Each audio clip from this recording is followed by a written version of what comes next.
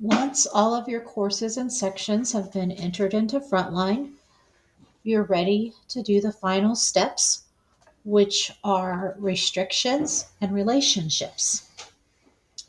Relationships must be entered by an administrator on the master schedule team. Examples of relationships could be stacked courses. For instance, you may have a science course and then need to stack the inclusion support course with that. So that would be a relation such as schedule courses in the same period. You may also want to have teachers have a common conference or planning period. So in that situation, you would be using the same course number, but it's two different sections that you want to schedule in the same period. So you would just need to know which section each teacher had to ensure they were in the same period. Another relationship that's common is when courses need to be in the same period for different terms. For instance, first semester we're in government, second semester we're in economics, and so that's another very common relationship.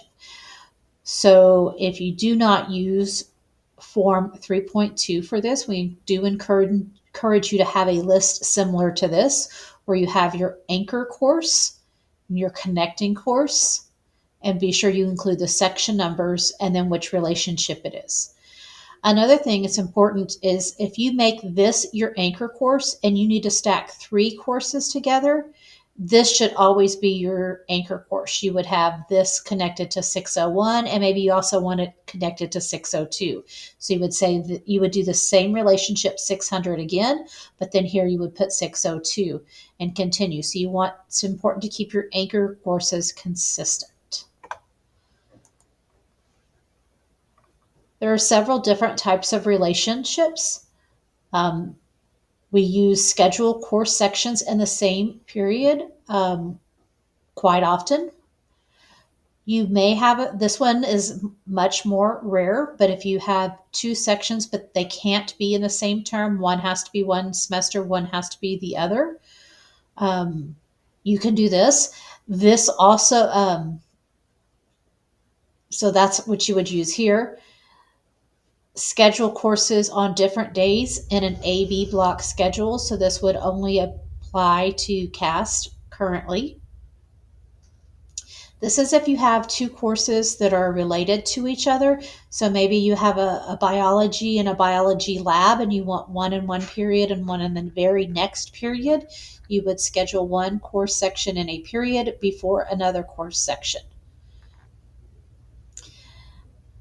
This one is another one that's specific to a block schedule. This is one where it doesn't have to be 2 periods in a row, but you do want one course before the other course on the same day. This is 2 courses that need to be in the same semester. And then the last one is the other one we use quite often, which is schedule courses in the same period but different terms or semesters. A good tip is to go to the relationship view, go to the Master Schedule Relation Builder entry point in Frontline and view the current year, and you get this table of what relations you have currently with which courses, and you can right click on that and turn it into a CSV, which is a spreadsheet, and have a list of your current relations, and that will help you get an idea of which relations you need to build for the next year.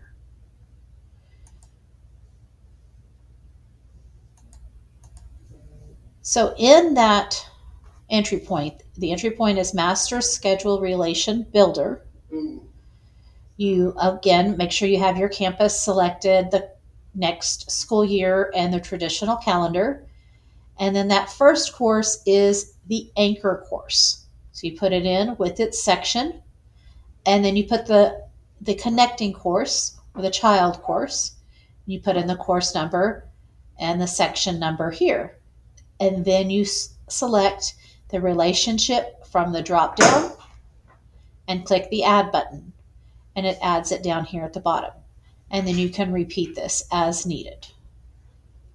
Here's kind of a non-moving graphic of that same information.